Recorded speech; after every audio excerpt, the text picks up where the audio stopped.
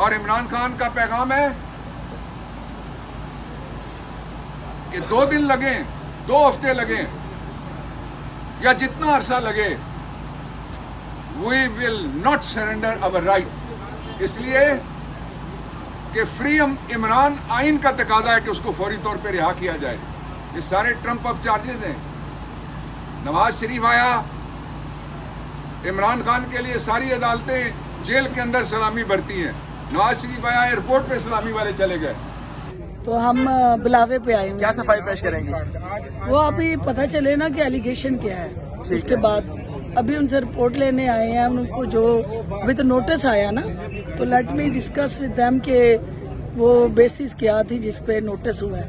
तो अगर बेसिस को मीडिया रिपोर्ट है तो फिर उसके हकायक जानने भी जरूरी है ना कि क्या ऐसा हुआ होगा जिसके बाद ये हुआ होगा। जी, इस वक्त हम मौजूद हैं इलेक्शन कमीशन के बाहर और इलेक्शन को 5 दिन गुजर चुके हैं, मगर अभी तक कोई ख़त्मी नताइज इलेक्शन कमीशन की तरफ से नहीं दिए गए। यहाँ पे आज फिरदौस आशिक अवान भी आई थी और बाबर अवान भी आए जिन्होंने मीडिया टॉक की। और ये इलेक्शन कमीशन के बाहर के मनाजिर हैं। यहाँ पे ये सिंध का आप देख सकते हैं, सिंध का कैंप वो लगाया गया है फार्म्स के। यहाँ से फार्म्स की डिटेल लेते हैं और उसके बाद इलेक्शन कमीशन के अंदर जाते हैं। ये KPK का भी थोड़ी देर पहले फिरदौस आशिक अवान ने भी बात की है और अभी बाबर अवान भी बात करेंगे। ये इलेक्शन कमीशन के कुछ मनाजिर हैं और ये मीडिया की DSNJs वगैरह लगाई गई हैं। जितने भी मीडियाज़ हैं वहाँ पे मीडिया के कैमरे लगाए गए हैं। बिस्मिल्लाहिर्रहमानिर्रहीम। पाकिस्तान इस वक्त अंदरूनी तौर पे एक तब्दीली छोटी चीज़ है, इनकलाब का शिकार है और उसमें मुब्तला है। इनकलाब ये है कि 2 साल की कोशिशों के बावजूद कि कोई बाहर ना निकले, 2 साल की सारी जबरूत के बावजूद कि इमरान खान अकेला रह जाए और 2 साल में बल्ला बल्लेबाज, विकेट और ऑपोजिट टीम चारों को बाहर निकालने के बाद नवाज शरीफ अकेला दौड़ा और अकेला हार गया। मैं मानसेरा के अवाम के और लाहौर के अवाम के दोनों के हम मकरूज हैं पाकिस्तान तहरीक इंसाफ,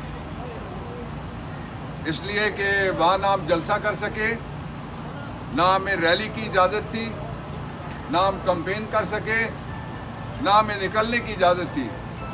इसके बावजूद पाकिस्तान के लोगों ने एक सॉफ्ट रेवोल्यूशन के हक में वोट दिया है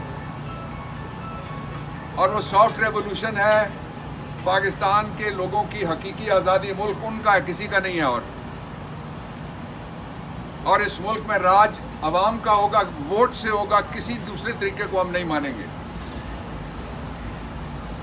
और इस दौरान आज जब मैं आपके पास बात कर रहा हूं, 8, 9, 10, 11 और 12 5वां दिन है।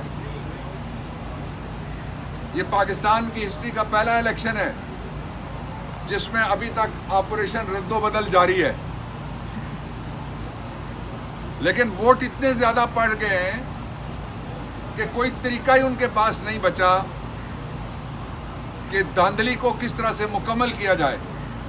5 दिन से धांधली मुकम्मल करने की कोशिश हो रही है और इलेक्शन का नतीजा बच्चा समझकर जो गोद ले रहा है नवाज शरीफ, उसको पता है बच्चा उसका नहीं है, पड़ोसियों का है, उठा के ले आया, ये वापस करे। पाकिस्तान तहरीक इंसाफ मेजॉरिटी पार्टी है। हमें मौका मिलना चाहिए 2 सूबों में, KP और पंजाब, और मरकज में गवर्नमेंट बनाने का। नहीं गवर्नमेंट बनेगी तो कोई गवर्नमेंट नहीं चलेगी, मैं बता रहा हूं आपको। इसलिए कि 14.25 करोड़ के करीब वोटर्स जो हैं, उनमें 70 से 75% जवान और 51% खवातीन हैं। वो किसी मसलियत का शिकार नहीं हुए वोट डालते हुए, वोट का तहफ़्फ़ुज़ करते हुए भी वो किसी मसलियत का शिकार नहीं है। अभी मैं 2 मुकदमात में पेश होके आया हूं। एक टोबा टेक सिंह NA 106 है, उसमें 3 फॉर्म 47 जारी हो चुके हैं। तीनों में गलतियां। मैंने आपके जो लड़के थे अंदर या खवातीन थी, उन्होंने देखा, मैंने बताया, गिन के बताया, वो गिनती नहीं उनसे पूरी हो रही। और इलेक्शन कमीशन को मैंने कहा है कि ये जुल्म आप रोकें। दस्का के वक्त तो आपने RO अंदर किया, आपने DPO अंदर किया, आपने DCO अंदर किया। मैंने इलेक्शन कमीशन से कहा है, ये एग्जाम्पल है एक, जिनने धांधली की है दस्का का आप रीप्ले करें, इसलिए कि मजाक नहीं है। कौम का वोट चोरी करते हैं डालने वाले करोड़ों लोगों, और चंद लोग दर्जन 2 दर्जन जाके एक पूरा हल्का उसका रिजल्ट तब्दील कर दें। ऐसा नहीं चलेगा, कभी भी नहीं चलेगा। दूसरा हल्का था अब्दुल वहाब मुमताज कालू, उनका हल्का था। शरीफ वोट की बेइज्जती करके आपको टके की इज्जत नहीं मिलनी। मैं आपको बताना चाहता हूं, मैंने कल कुछ मुल्क गिने थे, दुनिया का कोई ऐसा इदारा जो वॉच डॉग है इलेक्ट्रल डेमोक्रेसी का, वो ऐसा नहीं है जो ये नतीजा कबूल करेगा, या सब ने मुस्तरद कर दिया इसको। इसलिए ये पानामा 2 है नवाज शरीफ के लिए। दुनिया में किसी मुल्क में नहीं जा सकोगे, किसी जगह पब्लिक में नहीं जा सकोगे, इलेक्शन में भी नहीं जा सके। अब भी तुम्हारे पास वक्त है कि कौम के साथ टक्कर मत लगाओ, दस्तूर के साथ टक्कर मत लगाओ, कौम का राइट ऑफ वोट मत छीनो। और ये बच्चों को क्या पैगाम दिया गया 18 से लेके 39 ईयर्स तक, जिन्होंने पाकिस्तान के लिए मार खाई 2 साल, उनके घर वालों ने मार खाई, घर गिराए गए, हथकड़ियां, रेप, कत्ल, क्या नहीं हुआ? कोई ऐसा इल्जाम है जो नहीं लगा इस दौरान, और कोई ऐसी सूरत है जो जबर की हो सकती है जो सामने ना आई हो? लेकिन जो लोग खड़े रहे उनको मैं सलाम पेश करता हूं। और इमरान खान का पैगाम है कि 2 दिन लगे, 2 हफ्ते लगे, या जितना अरसा लगे, we will not surrender our right. इसलिए कि फ्री इमरान आइन का तकादा है कि उसको फौरी तौर पे रिहा किया जाए। ये सारे ट्रम्प अप चार्जेस हैं। नवाज शरीफ आया, इमरान खान के लिए सारी अदालतें जेल के अंदर सलामी भरती हैं। नवाज शरीफ आया, एयरपोर्ट पे सलामी वाले चले गए, वहां बायोमेट्रिक भी दौड़ता हुआ चला गया। लोगों को बताओ तो सही, 9 मई की सुबह को इमरान खान कौन सा तोप लेके गया था इस्लामाबाद हाई कोर्ट के बायोमेट्रिक रूम में? इसलिए जो उस वक्त हुआ उसको रीप्ले मत करें कि हम किसी जगह को भी महफूज नहीं समझते। उस वक्त इस्लामाबाद हाई कोर्ट गैर महफूज था, आज हर डिप्टी कमिश्नर का ऑफिस, आज हर RO ARO का ऑफिस गैर महफूज हो गया। आपने कभी दुनिया में देखा किसी जगह कि डिस्ट्रिक्ट पुलिस ऑफिसर हो? इंडिया में आप पुलिस की टॉर देखें जब वो बाहर निकलते हैं, बड़े से बड़े मुजरिम कांपते हैं उनसे। यहाँ आपने कख नहीं रहने दिया पुलिस का।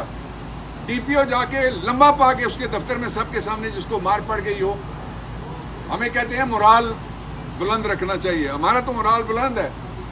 सारे इदारों को पामाल किया जा रहा है। सारी जो तकरीम है इस मुल्क की इज्जत है वो पाकिस्तान के लोगों के साथ है जिन्होंने ये पता चले ना कि एलिगेशन क्या है।